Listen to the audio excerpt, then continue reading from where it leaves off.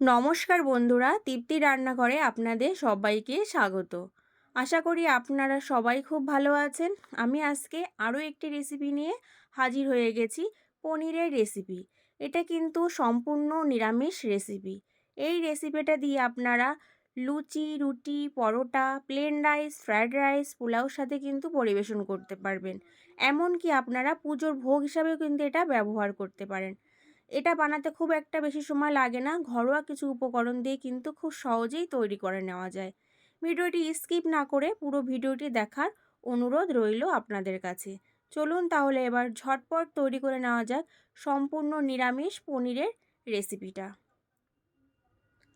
আমি এখানে একটা মিক্সি জার নিয়েছি, তার মধ্যে দিয়ে দিলাম কাজু বাদাম আর দিয়ে দিলাম বড় চামচের 1 চামচ পোস্ত। এবার জল ছেড়ে এটাকে মিক্সি করে নিতে হবে। তার মধ্যে দিয়ে দিতে হবে 6টা কাঁচা লঙ্কা দিয়েছি, ঝালটা নিজেদের স্বাদ অনুযায়ী দেবেন। আর দিয়ে দিলাম টমেটো আর আদা আর 1 চামচ টক দই। এবার এটাকে ভালো করে পেস্ট করে নিতে হবে, একদম মিহি করে। গ্যাস অন করে কড়াই বসিয়ে দিয়েছি, দিয়ে দেব পরিমাণ মতন সাদা তেল। তেলটা প্রথমে কিন্তু ভালো করে গরম করে নিতে হবে। এবার এর মধ্যে দিয়ে দেব আমি ক্যাপসিকাম কুচি, মানে ছোট ছোট বা বেশি বড় টুকরো করা যাবে না, মাঝারি সাইজের আকারে কিন্তু ক্যাপসিকামগুলো কেটে নিতে হবে। এবার ক্যাপসিকামগুলোকে আমি হাই ফ্লেমে 1 মিনিট নাড়াচাড়া করে ভেজে নেব। তার থেকে কিন্তু বেশি এখানে ভাজার প্রয়োজন নেই, কারণ ক্যাপসিকাম খুব নরম হয়। এটা রান্নার সময় এমনি কিন্তু বেশি ভাজলে পুরো গলে যাবে, ঠিক সেই কারণে এটাকে 1 মিনিট ভেজে নিলেই হবে। ভালো করে তেল ছেঁকে এবার ক্যাপসিকামগুলোকে একটা পাত্রে কিন্তু তুলে নিতে হবে। ক্যাপসিকামগুলোকে আমার তোলা হয়ে গেছে। এবার ওই তেলের মধ্যে দিয়ে দেবো পনির। পনিরের টুকরোগুলো কিন্তু আমি বেশি ছোট বা বেশি বড় করিনি, মাঝারি সাইজের করে নিয়েছি। আপনাদের পছন্দ অনুযায়ী আপনারা সাইজটা করে নিতে পারেন। এবার পনিরগুলোকে কিন্তু খুব একটা বেশি ভাজা যাবে না, হালকা সোনালি কালার করে কিন্তু ভেজে নিতে হবে। পনিরগুলো আমার ভাজা হয়ে গেছে, ঠিক এরকমই ভেজে নিতে হবে। এবার পনিরগুলোকে ভালো করে তেল ছেঁকে ডাইরেক্ট দিয়ে দেবো গরম জলের ভিতরে। আমি আগে থেকে একটু গরম জল করেছি, তার ভিতরে একটু লবণও দিয়ে দিয়েছি। গরম জলের ভিতর ভাজা পনিরগুলো দিলে কি হয়, পনিরগুলোর ভিতর খুব সহজেই লবণটা মিশে যায় আর পনিরগুলো কিন্তু খুব নরম থাকে, শক্ত হয় না। ঠিক সেই কারণে গরম জলটা ব্যবহার করেছি। আপনারাও গরম জলের ভিতর পনিরটা একবার দিয়ে খেয়ে দেখবেন, আপনাদেরও ভালো লাগবে। পনিরগুলো এবার আমি গরম জলের ভিতরে রেখে দেব। ওই তেলের ভিতরে দিয়ে দেব 1 চামচ ঘি। ঘিটা গলে গেছে, দিয়ে দিলাম 2টো তেজপাতা, 4টে এলাচ আমি মুখ ফাটিয়ে নিয়েছি, দিয়ে দিলাম 2টো দারচিনি আর দিয়ে দেব 3টে লবঙ্গ। এবার ফোড়নগুলোকে আমি বেশ হালকা সোনালি কালার করে কিন্তু ভেজে নিতে হবে। আর ফোড়নগুলো থেকে যখন একটা সুন্দর গন্ধ বেরোবে, তখন এর মধ্যে আমি দিয়ে দেব মশলার বাটা, যে মশলাটা আমি আগে থেকেই বেটে রেখেছিলাম, সেই মশলা বাটাটাই কিন্তু আমি এবার দিয়ে দেব। মশলা বাটাটা আমার দেওয়া হয়ে গেছে। এবার এটাকে একদম ভালো করে নাড়াচাড়া করে কিন্তু কষিয়ে নিতে হবে। আর এটাকে অবশ্যই কিন্তু হাই ফ্লেমে কষানো যাবে না, তাহলে কিন্তু মশলাটা পুড়ে যেতে পারে। মশলাটাকে একদম লো ফ্লেমে হাতে সময় নিয়ে একটু ভালো করে কষিয়ে নিতে হবে।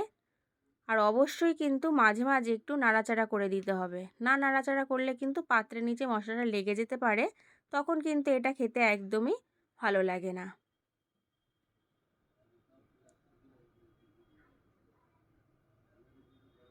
মশলাটা আমার কষানো হয়ে গেছে। এবার এর মধ্যে দিয়ে দেবো স্বাদ মতো লবণ।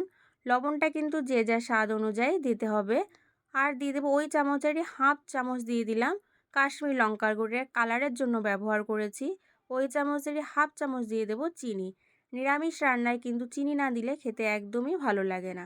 আর দিয়ে দিলাম, যেটা এই মশলাটা করেছিলাম সেই বাটিটা ধুয়ে একটু জল দিয়ে দিলাম।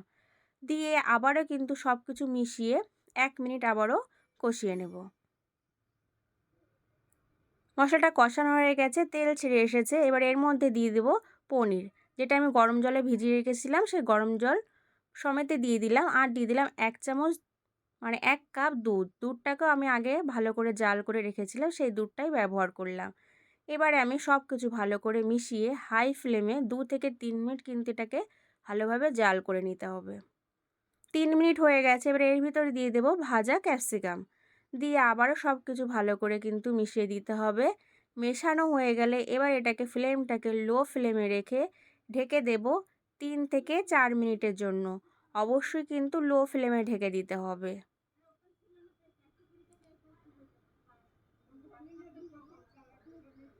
3 মিনিট হয়ে গেছে, আমি ঢাকনাটা তুলে নিয়েছি। ঢাকনাটা তুলে আবারও কিন্তু সব কিছু প্রথমে একটু ভালো করে মিশিয়ে দেব। সব কিছু আমার মেশানো হয়ে গেছে। এবার দিয়ে দেব ছোট চামচের 1 চামচ ঘি। আর দিয়ে দেব 4 ভাগের 1 ভাগ সানরাইজের গরম মশলার গুঁড়ো। গরম মশলার গুঁড়ো আর ঘিটাকে ভালো করে কিন্তু সব কিছুর সাথে একটু মিশিয়ে দিতে হবে। সব কিছুর সাথে মিশিয়ে দিয়েছি। এবার এটা গ্যাসের ফ্লেমটাকে বন্ধ করে ঢেকে দেব 3 মিনিটের জন্য। 3 মিনিট হয়ে গেছে। 3 মিনিট পরে আমি ফিরে এসেছি। এবার আমি সব কিছু ভালো করে একটু মিশিয়ে নেব। আমার কিন্তু পনিরের রেসিপিটা কিন্তু তৈরি হয়ে গেছে। সম্পূর্ণ কিন্তু নিরামিষ রেসিপি। আপনারা তো অবশ্যই লক্ষ্য করেছেন। আমি আজকে যেভাবে রেসিপিটা তৈরি করলাম, এইভাবে আপনারা বাড়িতে তৈরি করে পরিবেশন করুন। সবাই কিন্তু খুব খুশি হবে। আজকের রেসিপি এই পর্যন্তই। ধন্যবাদ।